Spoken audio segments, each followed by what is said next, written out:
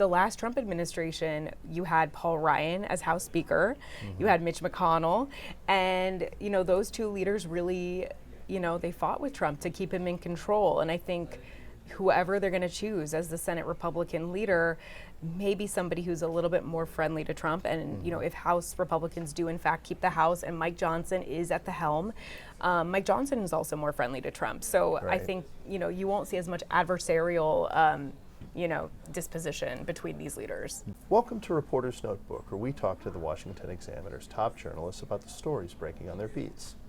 I'm Jim Antle, and I'm joined today by Congressional reporter Samantha-Jo Roth. SJ, Republicans have retaken the Senate. You've written a story about how the Senate GOP campaign arm took a little bit of a different tack this election compared to some more disappointing ones. Talk a little bit about what the differences might have been. Well, I do think that, the number one difference is a lot of them rode Trump's coattails. And so we have to put that out there. But I will say that Senate Republicans really did this a little differently. I think they looked at 2022, where they lost a seat. They really should have. They had predicted this red wave, and a lot of their candidates were untested and had been backed by Trump. And so I think this time around, they really took control of it. You had Senate Minority Leader Mitch McConnell, who is stepping down as the Republican leader, who really does feel like a lot of this is very central to his legacy. He made a secret trip to West Virginia, and this is really how it all started, to recruit Jim Justice to run against Senator Joe Manchin in West Virginia. And once he was able to secure that, it really, changed the entire cycle, because they did not have to compete in West Virginia anymore, which really allowed them to go after other states. And Manchin didn't ultimately end up running at all. Exactly. So it really prevented him from getting in the race. And then they were able to just, recruit, what McConnell is calling a higher quality candidates. They also put a lot of pressure on, some candidates who were considering running in some of the primaries to, clear the field, stay out, so they didn't have to have messy primary seasons. And it proved to be largely effective. Honestly, more effective than some of them even believed was possible. They were able to recruit Tim Sheehy in Montana, who ended up besting John Tester. That was a race they always expected to be able to flip. But what they didn't expect is to see Bernie Moreno, who was always polling behind Senator Sherrod Brown, long time, senator, multiple terms. And he was able to, get him out of his seat. And then we're also looking at Pennsylvania, where there's a very tight race between Senator Bob Casey, who is a namesake of the state of Pennsylvania, against Dave McCormick, who had run in a previous cycle but lost the primary. So they're really looking at this cycle that is largely very successful. That they could have 53, 54 seats when, privately, you really didn't hear that kind of strength.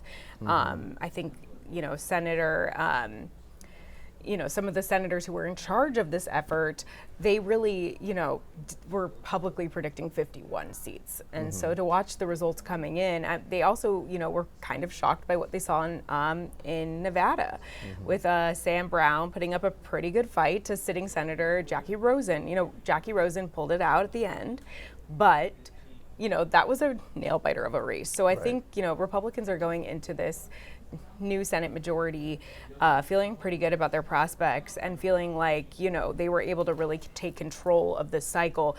I will note that, some strategists also say that the team around Trump was a lot better this time. Chris LaCivita, who had, been a previous NRSC staffer, really encouraged him beyond Arizona. Arizona, he did get involved, but some of the other states to stay out of those races and let, the NRSC do what they need. And, he largely listened. So that, was very pivotal in this cycle.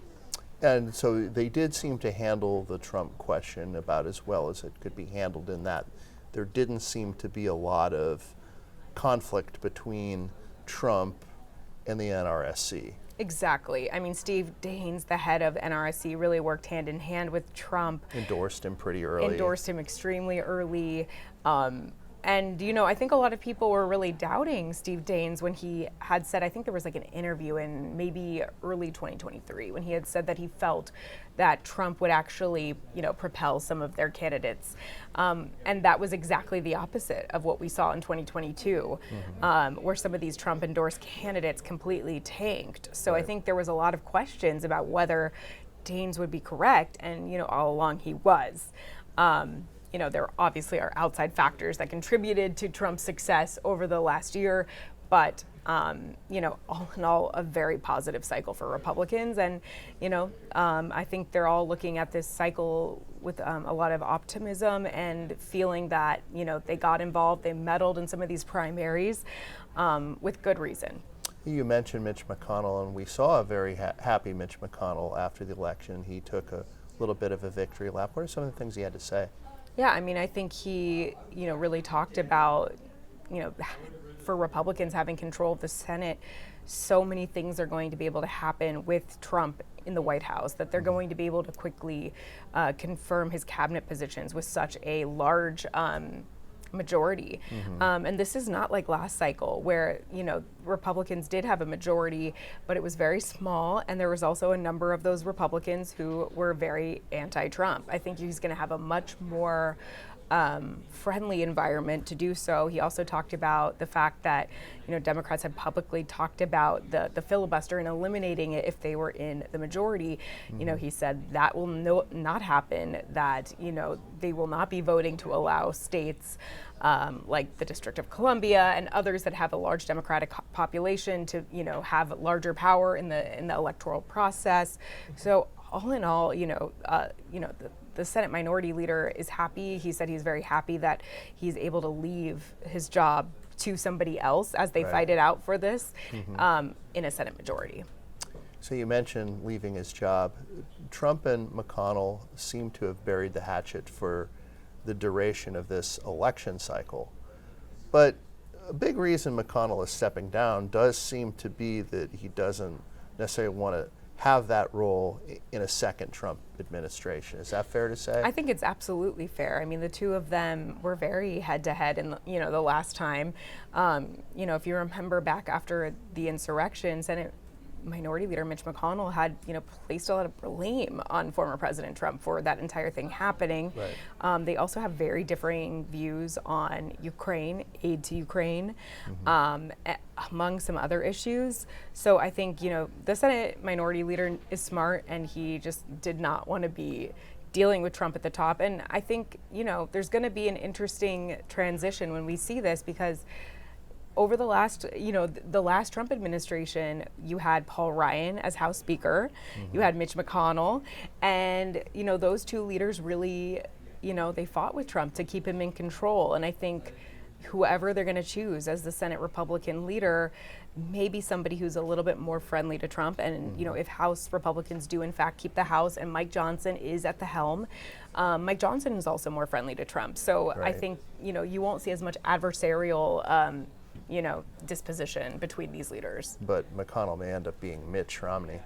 You know, we'll see. You know, we'll see. There's definitely less moderates than there used to be, and I think, you know, you're increasingly seeing somebody who has, you know, forever been a very true conservative and still is, but maybe becoming more of an adversarial figure, specifically when it comes to defense and defense spending. So I'm excited to see how this is all going to play out. Thank you, SJ. Thank you. You can read Samantha-Jo and the rest of our political team's coverage at washingtonexaminer.com.